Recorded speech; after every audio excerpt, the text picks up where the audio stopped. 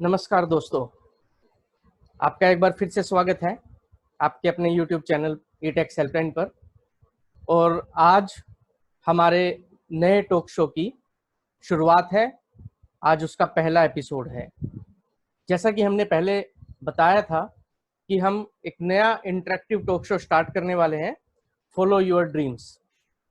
जैसा कि हमें पता है कि आज के दिन हिंदुस्तान में बहुत सारे ऐसे इंसान हैं जिन्होंने अपने बलबूते पर एक मुकाम हासिल किया है, और उनमें से बहुत सारे ऐसे हीरोज हैं जिनको अभी भी किसी भी प्लेटफॉर्म पे बताया नहीं गया।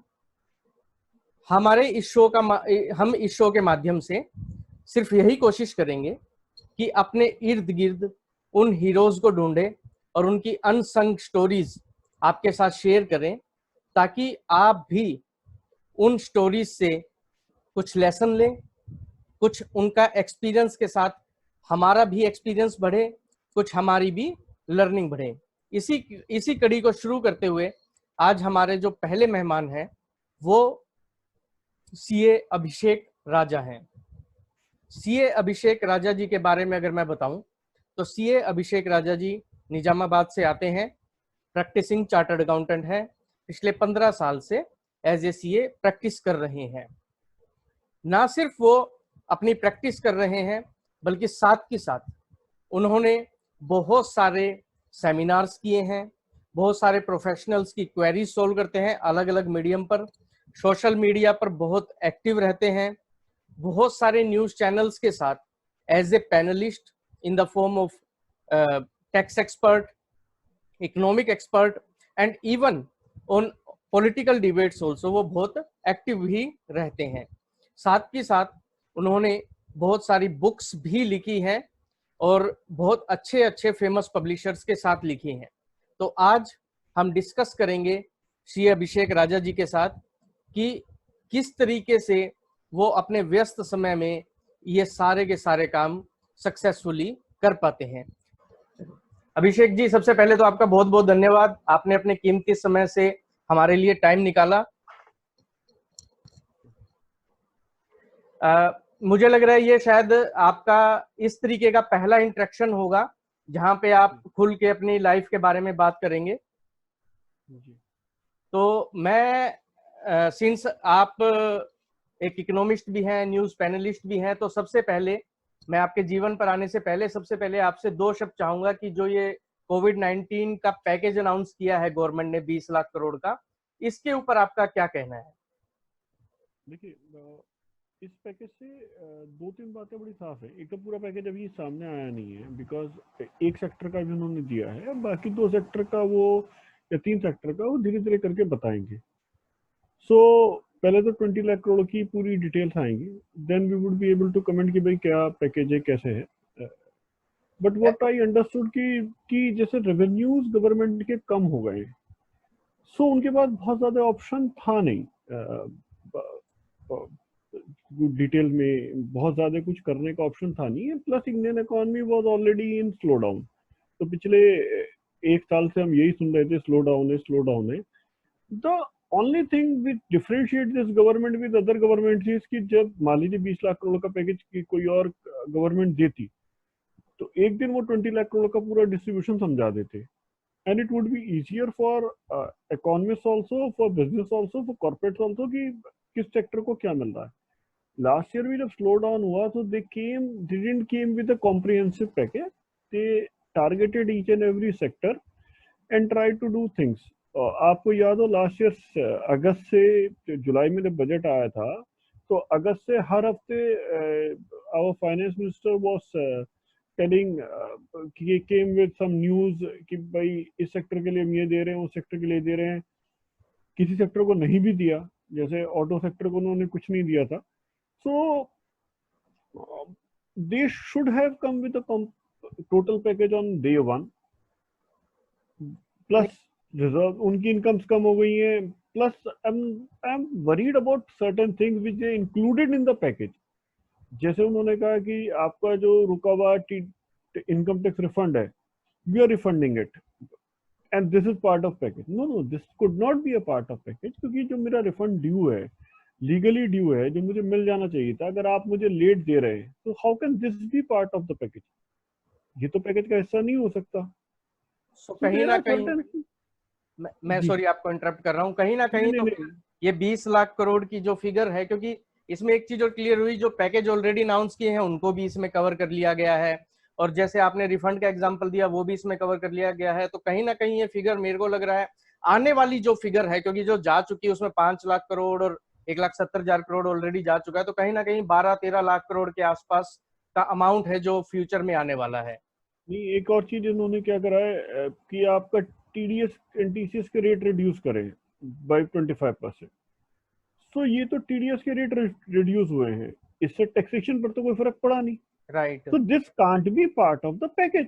ये कोई राइट पैकेज थोड़ी है भैया। राइट आपका टीडीएस रेट कम हो गया, अगर आप सेम टीडीएस रेट पर रहते तो अगर हो सकता है आपको रिफंड मांगना पड़ता तो 1 साल बाद मांगते। अगर आपको रिफंड नहीं लेना था और मान लीजिए आपके एडवांस टैक्स लायबिलिटी पड़ रही थी, फॉर एग्जाम्पल कुछ केसेस में एडवांस टैक्स लायबिलिटी भी होती है, तो आप एडवांस टैक्स ज्यादा दे दोगे, देना तो पड़ेगा। तो जब तक, तो how can my reduction of TDS और TCS could be part of relief package? ये लिक्विडिटी बढ़ाने के लिए जरूर है, this is part of liquidity. जैसे उन्होंने कहा बैंक लोन दे रहे हैं, तो लोन तो वापस करना है ना, 4 साल राइट में वो वापस करना है। 1 ईयर में उन्होंने कहा कि ईयर 1 पर आपको प्रिंसिपल रिपेमेंट नहीं है। बट अगर रिफंड हो, मतलब अगर मुझे 4 साल में गवर्नमेंट को पैसा वापस करना है, this is not a package, this is just a liquidity creation. Right तो इसमें हो सकता था कि अगर आप ये गवर्नमेंट ये कह दे, या मेरी रिक्वेस्ट भी है गवर्नमेंट से कि आप इंटरेस्ट के रेट रिड्यूस कीजिए। फॉर एग्जाम्पल बैंक आपको 10% या 12% रेट पर इंटरेस्ट दे रहा है, तो बैंक से कहिए कि भाई 6% या 8% पर दे। नहीं बैंक मानता 6 और 8 पर, तो गवर्नमेंट कह दो कि ठीक है हम सब्सिडी दे रहे हैं 2% या 4%, या से 10% of your interest would be borne by the government. तो ये एक बेनिफिट होता। राइट राइट तो राइट क्योंकि क्योंकि जैसे अब इकोनॉमी रिवाइव करेगी, तो gross profit margin, net profit would be reduce drastically, और सेल्स वॉल्यूम भी हो सकता है कुछ चीजों के कम हो जाए। बेसिक एसेंशियल तो चल सकते हैं। मान लीजिए आपको मोहित गुप्ता जी को एक टीवी लेना था, जो सोचकर बैठे थे कि मैं छुट्टियों में टीवी लूंगा, हो सकता है वो दीपावली पर डेफर कर दे, हो सकता है अगले साल होली पर ले। क्वाइट पॉसिबल कि आपको मोबाइल अपग्रेड करना था, बट आप ये कहेंगे कि साहब मैं मोबाइल अपग्रेड कुछ बात करता हूँ। हम सब सोच रहे हैं भाई, कुछ लोगों की सैलरी गई हैं, कुछ लोगों की सैलरी कम हुई है, कुछ लोगों की नौकरी जा रही है, सो expenditure would not be the same, तो वॉल्यूम उस तरह के नहीं आएंगे। तो इकोनॉमी रिवाइव भी होगी, but it would not be as high as it is. तो इंटरेस्ट रेट जब तक कम नहीं होंगे, तो basic benefit would be interest rate, तब वो पैकेज का पार्ट हो सकता है। Providing a loan which is which has to be repaid in 3-4 years can not be considered as a package. ऐसे तो आप कह दो कि मैं 1 लाख करोड़ का पैकेज दे रहा हूँ, लोन ही तो है, या 20 लाख की बजाय कह दिए 50 लाख करोड़ का पैकेज दे रहा हूँ, क्योंकि लोन ही तो दे रहे हो, लोन तो वापस हो जाएगा। Not the way. चलिए, तो ये इसे कहते हैं एक के साथ एक फ्री। हम इंटरेक्शन कर रहे थे और साथ के साथ हमें पूरा मसाला मिल गया है कोविड-20 के पैकेज के ऊपर भी। चलिए, अब हम आ जाते हैं अपने आज के संवाद के ऊपर। सबसे पहला मेरा लेकिन जो क्वेश्चन है। लेकिन मैं एक बात और कहूंगा हाँ जी। कि हमारा जो ये प्रोफेशन है, हाँ हाँ। वो बहुत इम्पैक्ट हुआ है ओके, कोविड से। चलिए देखिए, इस पर भी मैं आपसे स्पेसिफिक प्रश्न पूछूंगा। तो जी सबसे पहले हमने ये इंटरव्यू कल ही सोशल मीडिया पे डाला था, तो बड़े सारे क्वेश्चंस आए जो लोगों ने कहा कि आपसे पूछें। तो सबसे पहला क्वेश्चन तो ये है कि आप लॉकडाउन में अपना टाइम कैसे व्यतीत करते हैं, कैसे आप अपना दिनचर्या बनाते हैं? कि मैं मतलब मैं I am a good cook. In fact okay जब मैं इनिशियल में था, तो मुझे काफी लोगों ने कहा भी था, घर वाले भी कहते थे कि try and become a chef. Hmm. So cooking मेरी एक हॉबी है, सो दैट आई डू। मैं टीवी और वेब सीरीज का बहुत बड़ा फैन हूँ, ओके मूवीज का, सीरीज का। लेकिन इस लॉकडाउन में मैंने वेब सीरीज और इन सब चीजों से दूर रखा है खुद को। ओके तो जो मेरा रूटीन था वेब सीरीज देखने का, उससे मैं दूर हो गया हूँ, बारिंग अ फ्यू, दो दो चार घंटे की देखी होगी। सो मेरा दिनचर्या रूटीन यही है, सुबह जल्दी उठता हूँ एज यूजुअल, जैसे मैं उठता था, चाय बनाकर वाइफ को जगाता हूँ, बेड टी देना मेरी एक आदत है। And then start with some emails, क्योंकि स्टाफ नहीं है तो ज़्यादा ईमेल्स का प्रेशर, रिप्लाईज का प्रेशर है। And then I try to work from home, और 12:30-1 बजे के बाद then get into making lunch, and then रात को dinner. I spend time with my family more. मेरे मेरा एक रूटीन था कि मैं सुबह 8:30 बजे, बेटी का स्कूल होता है तो मैं स्कूल ड्रॉप करके ऑफिस जल्दी आ जाता था, मतलब राइट। 8:40 तक में ऑफिस होता था। 7, 10:30 से 11 के बीच में आता है, तो मैं 2 घंटा डेली पढ़ता था। मेरी एक हैबिट है कि बुक हार्ड कॉपी में होनी चाहिए, और मैं बिना पेंसिल हाइलाइटर के कुछ मार्क करे बिना पढ़ नहीं पाता है, सीए वाली आदत है, तो वो आदत मेरी छूट गई है। तो I am living a different life in this period, without reading, without watching movies. पढ़ता नहीं हूँ तो थकता नहीं, तो मूवीज भी नहीं देख रहा। So more into cooking and playing with my daughter right. And replying to emails. तो ऑफिस खोलने का क्या प्लान है, मतलब क्योंकि देखिए गवर्नमेंट के शायद इनडायरेक्ट इंडिकेशंस आ रहे हैं कि 18 तारीख से शायद कुछ और रिलैक्सेशंस मिले, तो आपने क्या सोचा, ऑफिस कब से आप खोलने की सोच रहे हैं? Maybe by June and और July, okay. Nothing before that. Okay. आज आपको इंटरव्यू देना था तो इसलिए यहाँ गया, ओके। अदरवाइज ऑफिस बिल्कुल नहीं खोलते। और हमने जब मार्च में थे तो हमने जब ये लॉकडाउन हुआ उससे पहले ही ऑफिस के स्टाफ से बोलना शुरू कर दिया था कि आप लोग अपने घर निकल जाइए। और जब ये लॉकडाउन हुआ, हमने 20 तारीख को ऑफिस क्लोज कर दिया था। हमने कहा था 1 हफ्ते के लिए बंद रखते हैं, 1 हफ्ते बाद खोलेंगे। तो 22 के लिए 1 दिन का लॉकडाउन बोला गया था, तो हमने 20 तारीख को लॉकडाउन कर दिया था अपने ऑफिस का, और हमने सोचा था 1 हफ्ते बाद खोलेंगे। And we were very sure कि 1 दिन का जो लॉकडाउन है उससे कोरोना वायरस का जो चक्र है वो खत्म हो जाएगा and it would be safe. तो ज्यादातर बच्चे घर चले गए, जो नेपाल के थे वो नेपाल चले गए। एक बच्चा स्टकअप है नेपाल का जो यहाँ पर रह गया है, और एक बच्चा और है बिहार का जो यहाँ रुक गया है, तो उसको भी ये बोला गया है कि भाई जैसे ही खुले आप निकल जाइए। So we don't plan to open our office soon, and there are no intention to open it. कोई जल्दी नहीं है, राइट। राइट, घर मतलब से कि पहले। आप जिसे कहते हैं जान है तो जहान है, ऑफिस तो बाद में भी खुल जाएगा, काम बाद में भी चल जाएगा।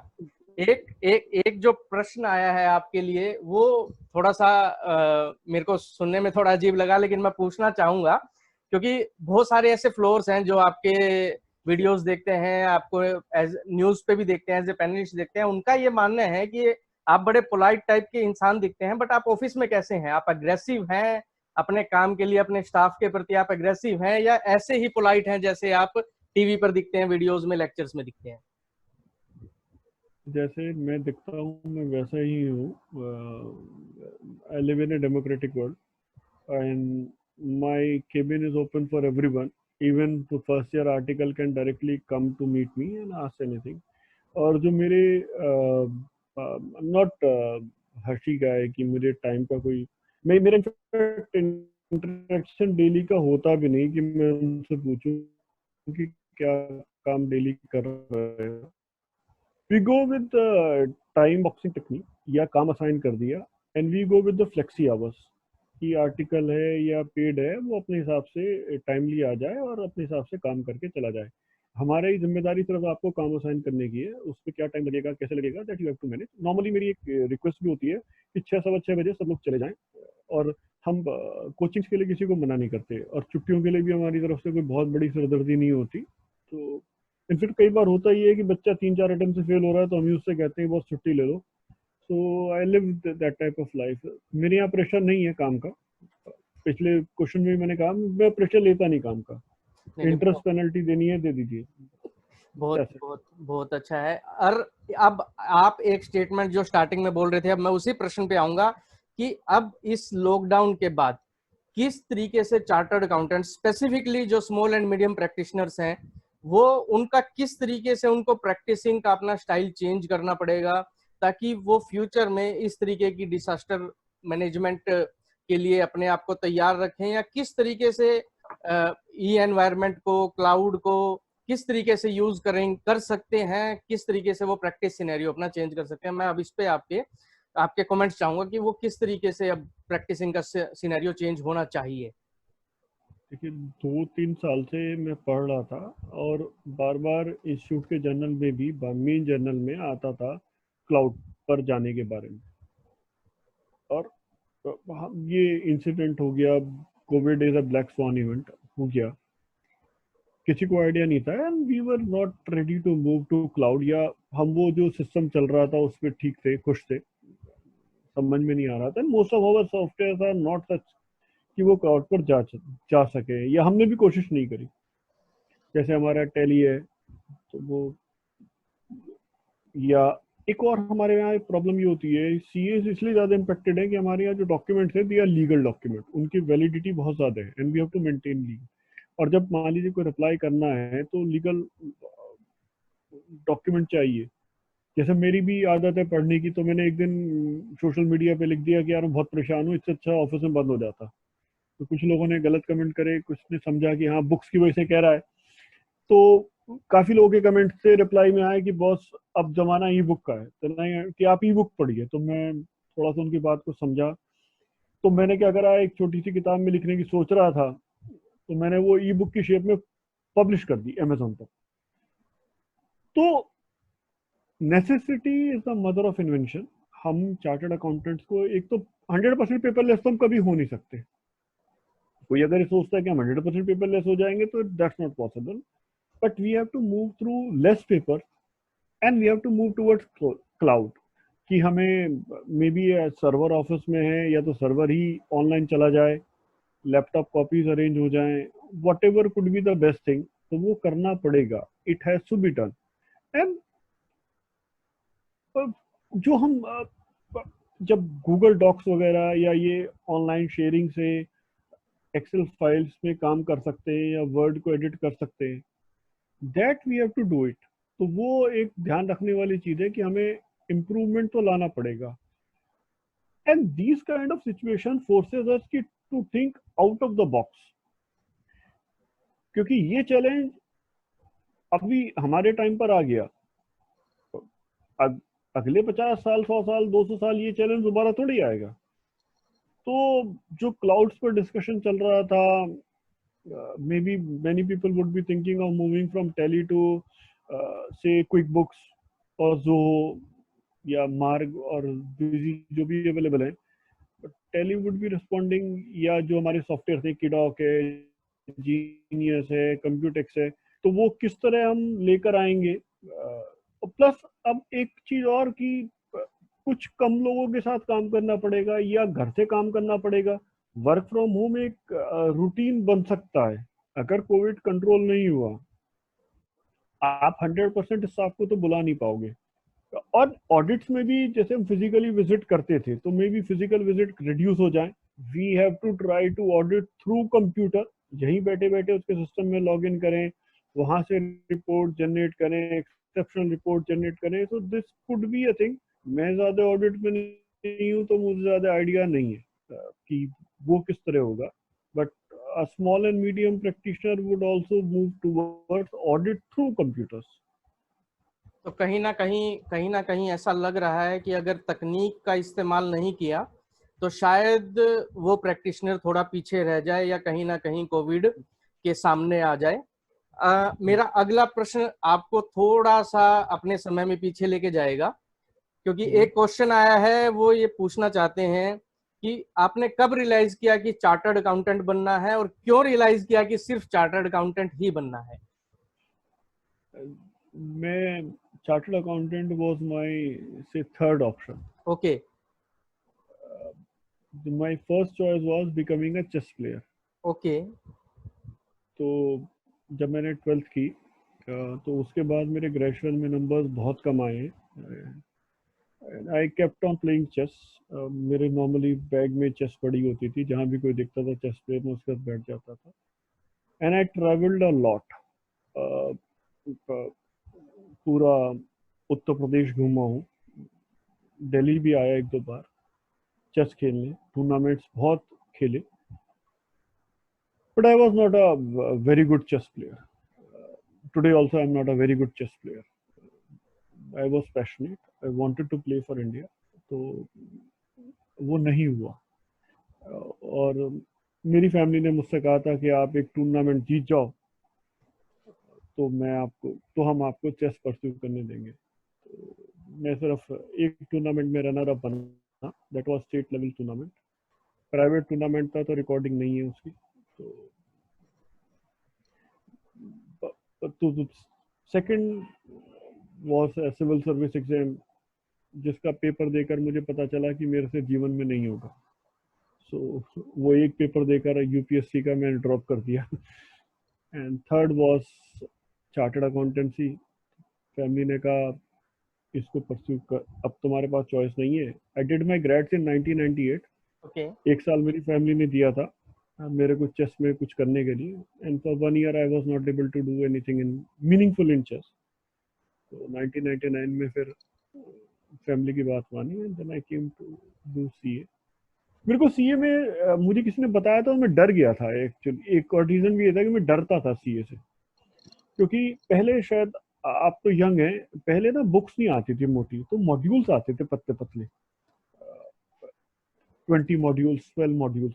तो छोटे शहर में था तो एक तो बताते थे कि भाई सीए आर्टिकलशिप में बहुत काम कराते हैं, घर का भी काम कराते हैं, और उन्होंने बताया इतने मॉड्यूल्स होते हैं। अब मॉड्यूल्स हम समझे किताब होती है, अब वो जोड़ा मॉड्यूल तो सोचा है 50 किताब होंगी, तो 50 किताब पढ़ेंगे कैसे एक साल में। तो वो भी एक रीजन था, लेकिन सीए में आकर लगा कि नहीं ये इंटरेस्टिंग चीज है, दिस मीन्स अ लॉट। चलिए, एक कॉम्प्लीमेंट मुझे भी मिला कि मैं थोड़ा सा यंग हूँ। अभिषेक जी, आपका एज ए सीए स्टूडेंट क्या एक्सपीरियंस रहा? क्योंकि अगर हम बात करें आज से 15, 18, 20 साल पहले जब आप आर्टिकल थे, सीए स्टूडेंट थे, तो वो आप एक्सपीरियंस बताइए कि किस तरीके से आपने मैं ये नहीं जानना चाहता कि कितने अटेम्प्ट में पास किया, कैसे किया, बल्कि आपने उस जर्नी को क्या एंजॉय किया, क्या आपने उसको एक स्ट्रगल समझा, किस तरीके से आपकी लर्निंग्स रही उस जर्नी के दौरान, और क्या एज ए इंटरेक्टिव पर्सन जो आप हैं आज के दिन, क्योंकि आप इतने प्लेटफॉर्म्स पे जाते हैं, ये जो आपका गुण था ये बचपन से ही था या during the course of studies आपके अंदर निकल के आया, या ये बाद में लेटर स्टेज ऑफ प्रैक्टिस में आपको रियलाइज हुआ कि दैट यू कैन बिकम? नहीं, इंटरेक्शन तो पहले से ही था। मेरे सीए की जर्नी में सबसे अच्छी बात ये हुई कि मेरे जो प्रिंसिपल हैं सीए मनीष गुप्ता, मनीष गर्ग जी, तो he was like a elder brother to me. तो उन्होंने मुझे बहुत गाइड करा कि किस तरह पढ़ना है, और अटेम्प्ट बताने में कोई दिक्कत नहीं है सीए को। तो जब मैं सीए फाइनल में फेल भी हुआ ना, तो मैं अपना दिमाग ज्यादा लगाता था। फिर जिस अटेम्प्ट में मैंने उनकी बात मानी कि कैसे पढ़ना है, उसी अटेम्प्ट में मैं पास हो गया। तो इनिशियल पीरियड में तो जर्नी बड़ी अच्छी रही। होता क्या था, हमारे दौर में एलिजिबिलिटी टेस्ट होते थे, ईटी। तो मेरे पूरे सीए स्टूडेंट लाइफ की ना 2 ही हाईलाइट है। तो एलिजिबिलिटी टेस्ट होते थे, और वो संडे के होते थे पंजाबी बाग में, दरियागंज में। जैसे आज मॉक टेस्ट होते हैं ना, तो उस समय करने होते थे, और आपको 10 ईटी निकालनी होती थी टाइमली, हर संडे जाना होता था, और मॉर्निंग इवनिंग 2 शिफ्ट चलती थी, एक दिन में आप एक ही शिफ्ट दे सकते थे। तो मेरे एक मित्र हॉस्टल में मेरे साथ के थे मित्र, सुजीत अग्रहरी जी, उनके साथ में जाता था अक्सर। वो और मैं थोड़ा इंटरेक्टिव टाइप का आदमी हूँ, तो वो लाइन में लग जाते थे, लंबी लाइन होती थी, तो वो लाइन में लग जाते थे, और मैं आसपास लोगों के जाके देखता था, अच्छा तुम क्या पढ़ रहे हो, तुम क्या पढ़ रहे हो, अच्छा तुम किसका दे रहे हो, तो मैं लोगों से बातचीत करता था। एंड फिर जब मेरा नंबर आता है, सुजीत के साथ हम पेपर देने जाते थे। और जैसे लोग कहते हैं ना कि फ्राइडे इवनिंग पार्टी करनी है, सैटरडे इवनिंग पार्टी करनी है, तो हमें मेरे साहब ने मुझे कई बार सैटरडे की छुट्टी दी थी कि संडे को ईटी देनी है, तो कुछ सैटरडे। तो हमारे लिए सैटरडे और फ्राइडे इवनिंग बड़ा मोटिवेटिंग होता था कि संडे को, अच्छा सुबह जल्दी, हम मॉर्निंग शिफ्ट में देते ज़्यादातर, तो ब्रेकफास्ट मिला मिला, नहीं मिला नहीं मिला, चले गए वहां जाकर एग्जाम दिया, और फिर एग्जाम देकर जब वापस आए तो फिर आकर खाना खाकर सो जाते थे। तो हमारे लिए संडे बड़ा मीनिंगफुल होता था, क्योंकि ईटी में हमें एक तो इंटरेक्शन होता था, सारे दोस्तों से मिलते थे, आसपास के पता चलता था कि क्या पढ़ रहे हैं लोग, कौन सी बुक्स पढ़ रहे हैं, क्या चैप्टर पढ़ रहे हैं, क्या उनकी अटेम्प्ट की स्ट्रेटेजी है। तो it help me a lot. फिर जब इंटर क्रॉस हो गया, जब फाइनल में थे, तो इंसिडेंटली एक नई आर्टिकल आई ऑफिस में, we went into courtship, now she is my wife. तो बात का पीरियड वैसे कट गया। चलिए, इसी इसी बहाने आपकी मैरिज के बाद मैरिज का सीक्रेट भी का भी खुलासा हो गया है। तो ये सबको पता है। नहीं, सबको नहीं पता, शायद इस इंटरेक्शन के बाद बहुत सारे और लोगों को भी पता लगेगा।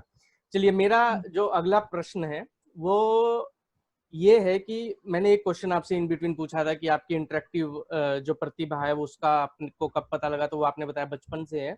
एक क्वेश्चन ये आया है कि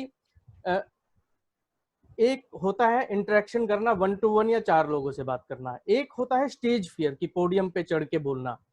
तो आप क्या आपके अंदर भी स्टार्टिंग में वो स्टेज फियर था, वो पोडियम फियर था, या किस तरीके से आपने उसको कंट्रोल किया? दूसरा, साथ के साथ अलाइड क्वेश्चन ये है कि बहुत सारे लोगों में ये मिथ है कि लैंग्वेज, आप अगर पोडियम पे हैं तो आपको सिर्फ इंग्लिश में बात करनी है, अगर आप हिंदी में बात करेंगे तो लोग पता नहीं क्या सोचेंगे। ये प्रोफेशन ये कहता है कि आपको सिर्फ इंग्लिश में ही लेक्चर देना है, इंग्लिश में ही आपको सारे के सारे क्वेश्चंस के आंसर देने हैं। तो ये दोनों क्वेश्चंस थोड़े इंटररिलेटेड है, मैं चाहूंगा आप दोनों के बारे में थोड़ा अपना पर्सनल एक्सपीरियंस बताएं। देखिए, अगर कोई ये कहता है कि पोडियम फियर नहीं है तो वो गलत कहता है। पोडियम फियर आज भी होता है। जब मैं जीएमसीएस भी पढ़ाई है, तो जीएमसीएस की जिस दिन जब क्लास स्टार्ट होती है, 100 से ऊपर जीएमसीएस पढ़ा दी, तो हर दिन लेक्चर में जब आप जाते हैं तो स्टेज फियर होता है। आज भी जब डिबेट शुरू होती है तो कुछ सेकंड्स के लिए स्टेज मतलब वो फियर होता है। एवरी टाइम यू विल, पर कोई ये कह दे कि मैं 10 लाख बार टीवी पर जा चुका हूँ या कुछ कर चुका हूँ, कुछ सेकंड के लिए उसमें आएगा। हाँ, हमारा कम होगा, जो कभी नहीं गया उसमें ज्यादा होगा। That's the thing. Regarding Hindi English, so I am a Hindi medium student. 12th मैंने हिंदी से करी, ग्रेजुएशन मैंने हिंदी से करी है। इनफैक्ट मैं सीए भी हिंदी में ज्वाइन करना चाहता था। हिंदी की किताबें देखकर डर गया, फिर किसी ने मुझे गाइड करा, मेरे सर ने भी, कि आप इंग्लिश में सीए कीजिए। मैं जी उतनी बढ़िया तो नहीं है। बोले नहीं, आप इंग्लिश में कीजिए, क्योंकि उससे फायदा ये होगा कि आगे चल के जो बिजनेस है वो इंग्लिश में होगा। Hindi is our mother tongue, but language of business is English. तो हिंदी मीडियम का स्टूडेंट हूँ, लेकिन आज की डेट में टोटल 9 बुक्स पब्लिश हो चुकी हैं, 9 की 9 इंग्लिश में। इंग्लिश में आर्टिकल्स भी पब्लिश होते हैं, times now, mirror now, NDTV, 24x7 English वाला। तो सब जगह जा चुका हूँ। सो हिंदी मीडियम उत्तर प्रदेश का स्टूडेंट हूँ, यूपी माध्यमिक शिक्षा बोर्ड का, रोहिलखंड यूनिवर्सिटी का स्टूडेंट हूँ, हिंदी में किया है सब कुछ। So Hindi English, I think these are not barriers. बहुत लोग हैं जिनकी पर्सनालिटी बहुत अच्छी है जो इंग्लिश नहीं बोल सकते, तो English is just a language. अब यूके यूएसए में तो कूड़ा उठाने वाला भी इंग्लिश बोलता है, दैट डजंट मीन कि वो इंटेलिजेंट है। So English is just a language. आपको आती है, ठीक है। अब फॉर एग्जाम्पल एक साउथ इंडियन है, तो उसको हो सकता है हिंदी ठीक से ना आती हो। और चाइना में तो इंग्लिश को प्रेफरेंस भी नहीं है। बिल्कुल बिल्कुल। तो मेरा मेरा एक्सपीरियंस भी अभिषेक जी की तरह ही है कि आप जिस लैंग्वेज में कंफर्टेबल हैं आप उसी लैंग्वेज में बात करें, और साथ में पोडियम की गरिमा भी बना के रखें। जैसे अगर आप इंग्लिश पोडियम पे जा रहे हैं, इंग्लिश न्यूज चैनल पे जा रहे हैं, तो शायद आपको वहां पे उसी गरिमा का पालन करना चाहिए। अदरवाइज जो लैंग्वेज आपकी सबसे स्ट्रॉन्ग लैंग्वेज है आप उसी का इस्तेमाल कीजिए। अगला जो प्रश्न है अभिषेक जी, वो आपकी प्रैक्टिस के रिगार्डिंग में है कि कब आपने रियलाइज किया कि अपनी प्रैक्टिस में आना है, और किस तरीके के चैलेंजेस स्टार्टिंग में आपने फेस करे, कैसे आपने अपनी बेसिक्स रिक्वायरमेंट को पूरा किया और अपनी प्रैक्टिस को एस्टेब्लिश किया? प्रैक्टिस में तो मतलब जॉब नहीं करनी है तो पहले दिन से तय था। तो हम जो सीए समझते थे, छोटे शहर से हूँ, कस्बे से हूँ, तो हमारे यहाँ सीए का मतलब होता था कि जी ऑडिटर, ऑडिट करे। अब में जाता है सीए, ये तो हमने यहाँ आकर देखा। हमारे लिए सीए का मतलब जी तो ऑडिट करेगा। अब वो तो पहले दिन से तय था कि मतलब सीए फर्म ही खोलनी है। कुछ दिन अपने सर के साथ काम करा, उसके बाद अपनी फर्म खोल दी। देखिए, मैं सिर्फ यंगस्टर्स को भी एक ही बात बोलूंगा कि आप अच्छे से सर्विस दीजिए क्लाइंट और क्लाइंट से ही रेफरेंस मिल जाएंगे, आपको क्लाइंट के पीछे भागना नहीं पड़ेगा। अगर आपके पास 2 क्लाइंट, शुरू के क्लाइंट तो आपके जो दोस्त वगैरह होते हैं उनसे या रेफरल बिजनेस आता है, वो मिल गए, आपने उन्हें अच्छे से सर्विस दी, तो वो आपके लाइफ लॉन्ग क्लाइंट्स बने रहेंगे और वही आपको रेफरेंस दे देंगे। Because in CA you are not allowed to do any type of marketing activity, advertisement activity, ये सब तो कर नहीं सकते आप, it has to be legal. हाँ, अपना रिसर्च वर्क करते रहिए, come with original research, come with original solutions for your clients, then they will give reference. शुरू में आप प्रैक्टिस शुरू करने में थोड़ी सी दिक्कत होती है कि खर्चा पानी नहीं चलता, बट शादी करने से पहले अगर प्रैक्टिस स्टार्ट कर लो, then you have less expenditures. 4-5 महीने का बफर अपने पास होना चाहिए कैश का, बाकी तो इतना पैसा आ ही जाता है, and you can manage sustain. चलिए, अगला जो क्वेश्चन है वो आपके सेकंड टैलेंट के लिए है। Not I will not say second talent, but the extra talent और extra ability you have is about book writing. जैसा कि हम सबको पता है कि आपके अंदर चाहे कितना भी ज्ञान हो, उसको कागजों पे उतारना इतना आसान नहीं है। कभी किसी इंसान ने मुझे कहा था कि बुक लिखना एक तपस्या करने के बराबर है, क्योंकि इतना आसान नहीं होता किताब लिखना। हालांकि मैंने भी कोशिश की है, 2-3 बुक्स मैंने भी लिखी हैं जीएसटी में, लेकिन मेरा खुद का एक्सपीरियंस भी यही कहता है कि बुक्स लिखना इतना आसान नहीं है। और आपने बहुत सारी बुक्स लिखी हैं, अच्छे अच्छे पब्लिशर्स के साथ लिखी हैं। अगर कोई young professional content writing, book writing में जाना चाहता है, तो उसको क्या रास्ता अपनाना चाहिए, किस तरीके से शुरू करना चाहिए ताकि वो एक अच्छा लेखक बन सके? देखिए, अंग्रेजी सबकी अलग अलग है, हो सकता है एडिटिंग आपकी अलग हो, मेरी अलग हो और किसी दूसरे की अलग हो, लेकिन एक थॉट प्रोसेस होती है कि किस पाइपलाइन के थ्रू वो जाए ताकि वो एक अच्छा लेखक भी बन सके। देखिए, एक कहावत है, Rome was not built in a day, it happens with book also. मैं 7-8 साल तक स्ट्रगल करता रहा कि मैं एक बुक कंप्लीट कर पाऊँ, नहीं कर पाया, या जो ड्राफ्ट लिखे वो इतने खराब थे, खुद मैंने रिजेक्ट कर दिए। जो यंगस्टर्स बुक लिखना चाहते हैं उनके लिए सबसे अच्छा तरीका है, first they start writing articles. उन आर्टिकल्स को, आजकल तो क्या है, पहले आर्टिकल छपने में दिक्कत होती थी, अब तो ऑनलाइन वेबसाइट्स बहुत ज़्यादा हैं, तो वो पब्लिश करवा सकते हैं आर्टिकल्स। नहीं होता तो मेरे से भी कांटेक्ट कर लीजिए, मेरी अपनी वेबसाइट है, वहाँ भी पब्लिश हो जाएगा। Then after writing some articles, start a blog, whatever you want to share. Post your chapters as a blog content and then compile them as a book. Total content मत बाहर लाओ, 30% 40% content you write on the blog and then you get it converted into book. तो यही तरीका है। जब articles लिखो, 600 to 1200 words के बीच का आर्टिकल होना चाहिए, स्टार्ट गेटिंग पब्लिश्ड इन जो हमारे सर्कल की वेबसाइट है उस पर, and then you go ahead. चलिए, अगला जो प्रश्न है वो वही है जहाँ पे जो हमारी थीम थी, from student to news panelist, कि आपने सीए की, अपनी प्रैक्टिस स्टार्ट की, अच्छी प्रैक्टिस जमाई, बुक्स के बारे में आपने बताया कि किस तरीके से आपने एक लंबा स्ट्रगल किया और किस तरीके से आपने बुक्स लिखी। फिर अगला जो स्टेप है वो यही है कि किस तरीके से आपको मौका मिला। देखिए, न्यूज़ चैनल पे जब एक सीए जाने की सोचता है, वो तो सोचता है कि एक टैक्स एक्सपर्ट या एक फाइनेंस किसी प्रोग्राम में उसको बुलाएं, फाइनेंस एक्सपर्ट में बुलाएं, उसके कमेंट्स लिए जाएं, क्योंकि सिंस आप आज के दिन इकोनॉमिस्ट लेवल पे भी जाते हैं और अलग अलग पॉलिटिकल डिबेट्स में भी जाते हैं। मैं चाहूंगा कि आप एक सीए, एक्सपीरियंस सीए भी हैं बहुत सारे, 25 साल 30 साल 35 साल, जिनके अंदर झिझक है या झिझक नहीं है, बट उनके पास चांसेस नहीं आते कि किस तरीके से चैनल को अप्रोच करें। तो क्या आप बता सकते हैं कि किस तरीके से एक सीए जो न्यूज चैनल पे जाना चाहता है, सबसे पहले तो वहां अप्रोच कैसे करे और किस तरीके का एनवायरनमेंट रहता है, किस तरीके से चीजें जाती हैं? आप थोड़ा इसके बारे में बताएं। देखिए, मुझे तो चांस मेरी फेसबुक पोस्ट से मिला। मैं आज से 7-8 साल पहले बंद कर चुका हूँ किसी की भी पोस्ट शेयर करना, और मैं जो भी लिखता हूँ वो ओरिजिनल कंटेंट लिखता हूँ। चाहे कमेंट लिखूं या पॉजिटिव लिखूं, नेगेटिव लिखूं, वो मेरा ओरिजिनल कंटेंट होता है, ओरिजिनल थॉट प्रोसेस होता है। कभी भी किसी के ना तो वर्ड्स कॉपी करता हूँ ना किसी की पोस्ट कॉपी करता हूँ। तो किसी गेस्ट कोऑर्डिनेटर इत्तेफाकन मेरी फेसबुक पोस्ट पर आए, तो उन्होंने मुझे कॉल करा, मुझसे पूछा कि आप ये सब विचार आपके। मैंने कहा हाँ जी, कॉपी पेस्ट नहीं करते। तो उन्होंने कहा क्या आप टीवी पे ऐसे बोल सकते हो? That was again a critic of on economic policy of the government.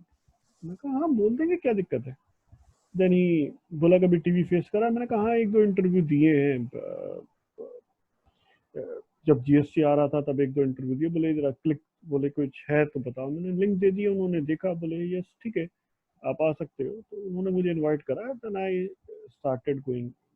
एक हुआ, फिर दूसरा हुआ, फिर तीसरा, फिर वो इस तरह बढ़ते चले गए। लेकिन मैंने पॉलिटिकल डिबेट्स में जाना बंद कर दिया है, बिकॉज मैंने कहा मेरे को पॉलिटिक्स में कोई इंटरेस्ट है नहीं ऐसा, एक्सेप्ट फॉर कमेंटिंग। तो मैंने वो बंद कर दिया पॉलिटिकल डिबेट्स में जाना, 5-6 महीने हो गए। So I have restricted myself into economic discussion और टैक्सेशन रिलेटेड डिस्कशन ओनली। तो रिगार्डिंग जो चार्टर्ड अकाउंटेंट जाना चाहते हैं, देखिए सबसे बड़ी अपॉर्चुनिटी होती है कि जब आप, जैसे अब इकोनॉमिक पैकेज आ रहा है, आप इस इकोनॉमिक पैकेज को क्रिटिसाइज करना चाहें या इसके फेवर में बोलना चाहें, it should be your original thought process rather than sharing or copying pasting other thoughts।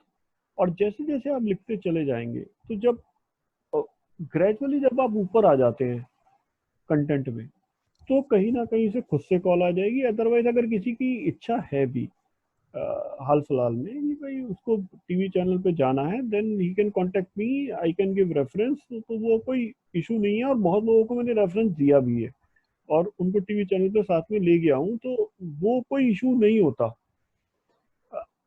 But your thought process should be original. अगर आप में ओरिजिनल थॉट प्रोसेस नहीं है, तो फिर आप टीवी पर जाकर वही बात बोलेंगे जो सोशल मीडिया पर 50 लोग बोल रहे हैं। और जब मैं शुरू में टीवी चैनल पर गया भी, तो एक सीनियर चार्टर्ड अकाउंटेंट है, not not like to name him, उन्होंने मेरी फेसबुक पोस्ट पर कमेंट भी करा एक कि ये आपने इस तरह का थॉट प्रोसेस दे दिया, और your discussion level is was not so good. तो मैंने उनसे हम्बली कहा कि सर मेरा नया नया ये शुरू करा है, I am less experience, over the period of time I would be in better position. और अभी कुछ दिनों पहले ही उन्होंने कमेंट करा, now you have improved and I am happy to watch you. तो ठीक है, नया होगा हमारे लिए, हम गलतियां करेंगे, लेकिन एक नया एरिया है। सीएस को लोग इकोनॉमिस्ट मानते नहीं है, जबकि हमें इकोनॉमी की समझ ज्यादा है, क्योंकि जो इकोनॉमिस्ट हैं वो टैक्सेशन एक्सपर्ट नहीं है। Viz we are more taxation expert. हम थोड़ा सा अगर ध्यान से चीजों को समझें, नंबर्स को समझें, जीडीपी क्या है, इसके नोशनल इनकम क्या है, ग्रॉस वैल्यू एडिशन क्या है, ये सब हमने एफएम माफा जो भी अब नाम हो, तो उस सब में पढ़कर आए हैं। और हम एसएफएम भी शायद है अब नाम। तो हम अगर उसको सीरियसली अपना जो हमने पढ़ा है वो याद कर ले, टर्म से हम सब वाकिफ हैं, उसको थोड़ा सा जो गवर्नमेंट का डेटा आता है उसको अगर हम ध्यान से देखें, वी वुड परफॉर्म बेटर।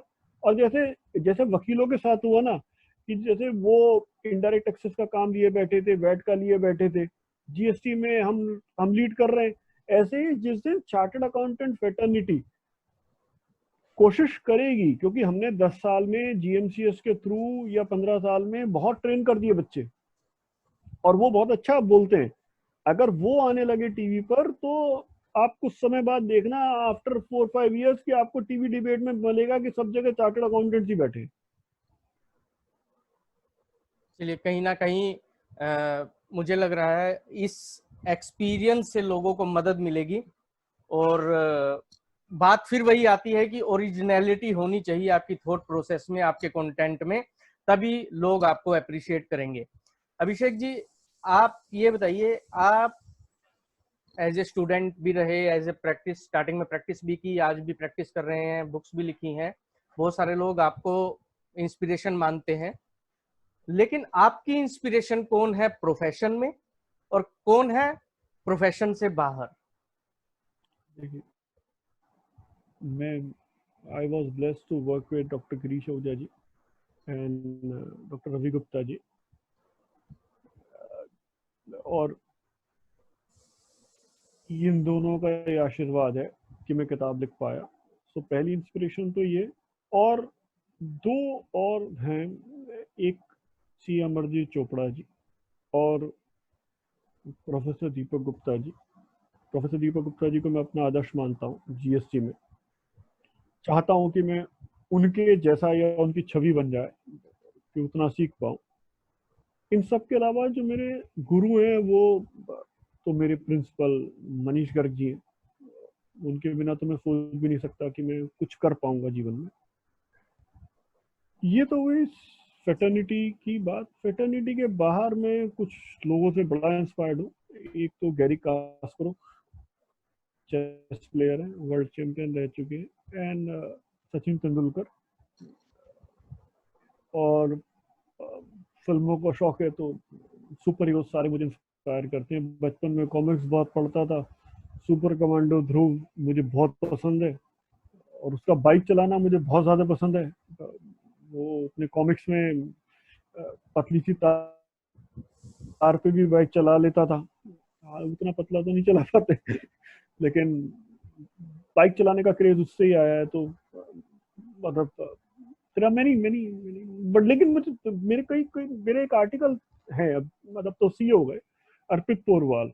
उसने भी काफी बार मुझे बहुत इंस्पायर करा है काम करने के लिए, और उससे भी मैं इंस्पिरेशन ड्रॉ करता हूँ। तो इंस्पिरेशन बहुत जगह से मिलती है। एक सी स्टूडेंट है गोपाल सोनी का, कोलकाता के, और एक विनय रेड्डी है। ये दोनों बड़े इंस्पायरिंग है। एक ऋषि पौडल है, वो भी सीए हो गए, मेरे साथ कुछ समय काम भी करा, नेपाल में है। तो ये यंगस्टर जो अभी नया लॉट आ रहा है ना, ये भी बड़ा इंस्पायरिंग है। एक मैडम है रश्मि जैन जी, वो बड़ी डेडिकेटेड है काम के लिए। मनीष मल्होत्रा हैं, एक और हैं जयेंद्र मल्होत्रा सर हैं, और एक मिनी मिनी माथुर, वो मिनी भाटिया हैं। तो देयर आर मेनी पीपल जो इंस्पायर करते रहते हैं। My wife Leena, she is also very inspiring. तो बहुत लोग हैं, लेकिन सबसे ज्यादा अगर किसी ने मुझे, मतलब मैं जीवन में जिसका जीवन भर शुक्रिया अदा करूंगा, वो है मेरे प्रिंसिपल मनीष गर्ग जी, और सेकंड डॉक्टर गिरीश ओझा जी, रवि गिरीश गुप्ता ओझा जी। जी, रवि गुप्ता जी की शायद एक ऐसी जोड़ी है जिसको शायद करण अर्जुन की जोड़ी भी कह सकते हैं। भगवान उनको लंबी उम्र दे, क्योंकि वो कहीं ना कहीं हमारे प्रोफेशन की बैकबोन है। और आपके प्रिंसिपल जिन्होंने आपको इतना ज्ञान दिया, इतनी समझ दी कि किस आप अपने जीवन में आगे बढ़ सकें, भगवान उनको भी अच्छी सेहत दे, लंबी उम्र दे। एक अगला क्वेश्चन जो शायद थोड़ा सा आपको अटपटा लगे, लेकिन मैं पूछना जरूर चाहूंगा क्योंकि ये भी एक डिमांड आई है कि क्या आप अपने कैरियर की प्रोग्रेस से संतुष्ट हैं, या अगर आपको कोई एक मौका मिले टाइम ट्रैवल करने का, तो अपने कैरियर के किस पोर्शन को, किस इंसिडेंट को आप काटना चाहेंगे, हटाना चाहेंगे अपने कैरियर से? नहीं, मैं अपने प्रोफेशन में सेटिस्फाइड हूँ। मेरे को ऐसा कुछ नहीं है। अगर मुझे सेकंड चांस मिलेगा तो मैं अपनी लाइफ में ना एक ही काम करना चाहूंगा, कि मैं पोस्ट क्वालिफिकेशन किसी बिग फोर या टॉप फर्म में कुछ दिन काम करना चाहूंगा, so that I get better exposure, कि मैं किस तरह से और बेटर तरीके से चीज़ों को मैनेज कर पाऊँ। क्योंकि कहीं ना कहीं मैं बहुत छोटी फर्म से आ रहा हूँ, और खुद की फर्म भी छोटी है। तो जो बड़ा एनवायरनमेंट है वो मैंने नहीं देखा। तो मेरे दौर में मैंने यूज़ नहीं करी। तो इंडस्ट्रियल ट्रेनिंग कर लेता, या सेकेंडमेंट का जो ऑप्शन है, तो वो मैं जरूर मतलब अगर कभी चांस मिला तो मैं कभी किसी बिग फोर या टॉप फर्म के साथ कुछ काम करके कुछ नया सीखना जरूर चाहता हूँ। मतलब आपकी रिकमेंडेशन ये है कि कोई भी अगर नया प्रोफेशनल है वो एक बार बड़ी फर्म के साथ एक्सपीरियंस जरूर ले प्रैक्टिस में आने से पहले। नहीं, मैं अपनी कमी बता रहा हूँ, मैं अच्छा, किसी को सजेशन नहीं दे रहा। चलिए चलिए, आपने बिल्कुल। मुझसे कहा कि कोई ऑप्शन है, तो मैं अपनी बात कर रहा हूँ। नहीं नहीं, बिल्कुल नहीं। देखिए क्या होता है, हर इंसान की लाइफ में शायद एक ऐसा इंसिडेंट होता है, एक ऐसा फेज होता है जहां उसको बाद में लगता है कि शायद अगर ये भी हो जाता तो बहुत अच्छा होता। तो आपने जैसा नहीं, बताया कि मैंने कोशिश की थी एक दो बार, ओके। तो उन्होंने अटेम्प्ट देखकर मना कर दी थी। अच्छा मैं पूछूंगा नहीं कितने अटेम्प्ट में आपने नहीं नहीं, वो कोई, that's an open secret sir.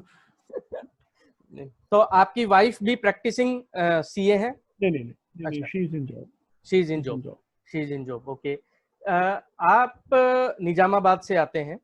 आप थोड़ा निजामाबाद से आते हैं, थोड़ा सा अपने बचपन के बारे में बताएं और किस तरीके का शहर है वो, किस तरीके का माहौल है, क्योंकि देखिए हमारे हिंदुस्तान में 90% बच्चे छोटे शहर के हैं। कुछ वहां बैठ के सीए करते हैं, कुछ बड़े शहरों में जाते हैं, दिल्ली, कोलकाता, चंडीगढ़, चेन्नई, मुंबई। तो किस तरीके का माहौल है और क्या वहां बैठ के भी वो उतना अच्छा सीए बन सकते हैं, मतलब इतनी आराम से, मतलब अगर कोई आपको इंस्पिरेशन मानता है तो किस तरीके से छोटे शहर में रह के, क्योंकि आपने वहां के संसाधन देखे हैं, किस तरीके का एनवायरनमेंट होता है, किस तरीके से उन लोगों को आगे प्रोसीड करना चाहिए अपने करियर में? देखिए मेरे शहर में ना 2-3 ही स्कूल, मतलब 12th तक स्कूल थे और कॉलेज एक था। वो कस्बा है, गांव से थोड़ा सा बड़ा। अब वहाँ पर एक लड़कियों के लिए एक और डिग्री कॉलेज खुल गया, अदरवाइज एक ही कॉलेज होता था और उसमें 60 सीट्स होती थी। 60 सीट्स में 30 रिजर्व होती थी, 30 नॉन रिजर्व। एडमिशंस ऑलमोस्ट नामुमकिन होते थे। तो इसका फायदा ये होता था कि आपको 10th और 12th में बहुत ज्यादा नंबर लाने के लिए मेहनत करनी पड़ती थी, because if you don't get marks तो आपका एडमिशन नहीं होगा। और इस वजह से ये दिमाग में ये कि तो क्या करेंगे, तो इसकी वजह से वहाँ के जो स्टूडेंट हैं वो ज़्यादा हार्ड वर्किंग, लेबोरियस या जो भी कुछ है। तो वहाँ पर एक्सपोजर हमने कुछ नहीं देखा था। आर्टिकलशिप में ध्यान है, शुरू में उन्होंने पहले दिन बोल दिया मुझसे कि चेक जमा कर दो। अब मुझे स्लिप भरनी नहीं आती थी। तो इट हैपेंस, मतलब ठीक है, नहीं आती थी, नहीं आती थी, गलती कर सकते। और मुझे लगा कि हालांकि मैंने गलती नहीं करी, पूछ लिया था अपने सर से, बट जब उन्होंने मुझे चेक दिया कि वो यूटीआई बैंक का था, देन आई थॉट कि यूटीआई बैंक का चेक है तो यूटीआई, जब सर का बैंक किसी और में था तो मुझे लगा यूटीआई बैंक का चेक है तो मुझे यूटीआई में जाकर जमा करना है। So these kind of things happen. तो लेकिन छोटे शहर में रहने का एक फायदा ये है कि आपको एक्सपोजर मिल जाता है। और एक्सपोजर क्या है, आपको एजुकेशन का जो प्रेशर है, जो सीए में प्रेशर चाहिए होता है एक्चुअली, वो आप काफी समय से झेल रहे हो, तो या बचपन से उस प्रेशर की आपको आदत हो जाती है। तो ठीक है, हमने बैंक्स, बड़े बैंक्स नहीं देखे, बड़ा कुछ नहीं देखा, ओके फाइन, लेकिन हमें वो 4 घंटे 6 घंटे रोज पढ़ना की आदत है। क्योंकि अगर आप टॉप, और शहर, सिर्फ ये नहीं कि शहर के बच्चों से कंपटीशन है, आसपास के गांव से, पूरे डिस्ट्रिक्ट से लोग आएंगे, तो आपको वो जो टॉप 30 में आना है ना, ये जो प्रेशर है, और स्टूडेंट्स कम तो होते नहीं, तो वो प्रेशर कहीं ना कहीं हमें हेल्प करता था। और शायद यही एक रीजन है कि मार्क्स आप पूछते नहीं, लेकिन सीए इंटर का फर्स्ट अटेम्प्ट में बहुत ग्रुप्स निकाले हैं। तो वो एक वो उसी की मेहनत थी। आपकी आर्टिकलशिप दिल्ली से है या होम ये टाउन एक से है? चीज है। नहीं नहीं, दिल्ली से है। जो मेरे सर हैं वो भी मेरे होम टाउन के ही थे। ओके। जी चलिए अभिषेक जी, हमारे पास जितने क्वेश्चन आए थे वो सब खत्म हो चुके हैं। जितने भी मेरे तर्कश में तीर थे वो सारे मैं छोड़ चुका हूँ, और आपने जो है ना सारे तीरों को बखूबी झेला है, उसका बखूबी आंसर दिया है। मैं आपसे क्लोजिंग नोट्स चाहूंगा कि मैं ये चाहूंगा कि आप लास्ट में एड्रेस करें हमारे सीए स्टूडेंट्स को, यंग प्रोफेशनल्स को, और उन्हें मैं चाहूंगा क्लोजिंग नोट्स में आप उन्हें बताएं कि किस तरीके से वो अब पोस्ट कोविड-19 अपने कैरियर को आगे प्रोसीड करें। First of all, I would like to thank you for considering me worth discussing on my life, worth discussing. And I wish all the best to your viewers, your channel. And also, I would like to urge everyone कि देखिए Covid का time है और इसकी medicine जब तक नहीं आ रही, you have to live with COVID. So we have to live safe and we have to maintain our profession also. We are partner in nation building. So we must all unite and support this government in their initiative. तो उन्होंने कोई भी, मे भी कई बार ऐसा होता है government को स्टेप लेती है जिससे हमें लगता है कि नहीं ये सही नहीं है, but rather than criticizing the government at this moment, let's support them. जब कोविड खत्म हो जाएगा तब जितने क्वेश्चन होंगे ना अलग से रेस करेंगे, आरटीआई रेस करेंगे, पीआईएल फाइल करेंगे, but right now support the government and youngsters, be original in your thoughts, be original, create your own path. देखिए जो रास्ता आप बनाएंगे it is very easy to travel, क्योंकि उस पर ट्रैफिक नहीं होगा, you would be single one who would be following it, and trust your principal, trust your gurus who are teaching you in coaching centers, trust your seniors जो आपको guide कर रहे हैं। गूगल ने लाइफ बहुत easy बना दी है, लेकिन there are certain things, and plus devote your time in studying, researching. अगर आप थोड़ा सा भी रिसर्च करेंगे the result would be phenomenal. देखिए चार्टर्ड अकाउंटेंट बड़े ऊपर होते हैं, क्रीम होते हैं, लेकिन एक होते हैं पढ़ने वाले चार्टर्ड अकाउंटेंट, रिसर्च करने वाले चार्टर्ड अकाउंटेंट। पढ़ने वाले वो जो आज भी सीए बनने के बाद भी 1 घंटा 2 घंटा या आधा घंटा रोज पढ़ रहे हैं, या 5 घंटे 4 घंटे हफ्ते में एक बार पढ़ लेते हैं। तो वो जो रिसर्च वर्क है, अगर आप ये करते रहेंगे तो जैसे दूध होता है ना, दूध की अपनी वैल्यू है, तो दूध में क्रीम ऊपर आ जाता है, तो क्रीम सबसे ऊपर आप पाओगे। Start making something valuable. आप इतने बढ़िया प्रोफेशन में आए हैं, चाहे आप स्टूडेंट हैं या क्वालिफाई कर गए हैं, अगर आप पढ़ने में टाइम लगाएंगे इसका रिप्लेसमेंट कोई नहीं कर सकता। और आप अपने लिए एक ऐसा मुकाम छोड़ जाएंगे कि लोग कुछ समय बाद आपको लगेगा, आपके एरिया में जाकर आप देखेंगे कि आपके मोहल्ले पड़ोस में लोग अपने बच्चों का नाम आपके नाम पर रखना शुरू कर देंगे, आपको वो मुकाम मिल जाएगा। या लोग आपकी फोटो अपने घर में लगाएंगे, या अपने बच्चों को कहेंगे कि देखो इनके जैसा बन जाओ। तो अगर आप इस प्रोफेशन में सिर्फ ऑनेस्टी एंड डेडिकेशन ही चाहिए। जैसे हमारे एक सीसीएम मेंबर है जी की दी, सीए में पैसे कम लगते हैं लेकिन जवानी पूरी लग जाती है। जवानी लगाई दी तो अब बाकी काम क्या करना है, पढ़ाई करो, जीवन भर पढ़ाई करो और बहुत आगे जाएंगे। All the best to your channel and everyone who is watching this, and thank you for considering me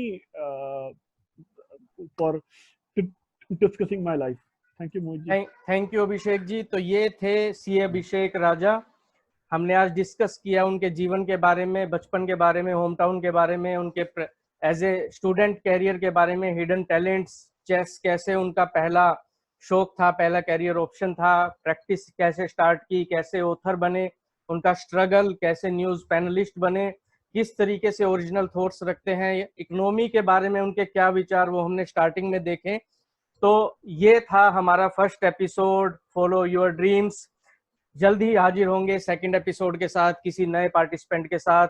thank you Abhishek ji, thank you everyone. आपको ये वीडियो अच्छी लगे तो प्लीज लाइक कीजिए, चैनल को सब्सक्राइब कीजिए, शेयर कीजिए। मैं रिक्वेस्ट करूंगा अभिषेक जी, आप भी रिक्वेस्ट कर दीजिए हमारे ऑडियंस को। बिल्कुल बिल्कुल बिल्कुल। इनफैक्ट मैं खुद अपने सोशल मीडिया के थ्रू भी रिक्वेस्ट करूंगा, please like this channel and subscribe the channel. आधा का अधूरा काम मत करो, सब्सक्राइब बटन दबाओ। Thank you Abhishek ji, thank you.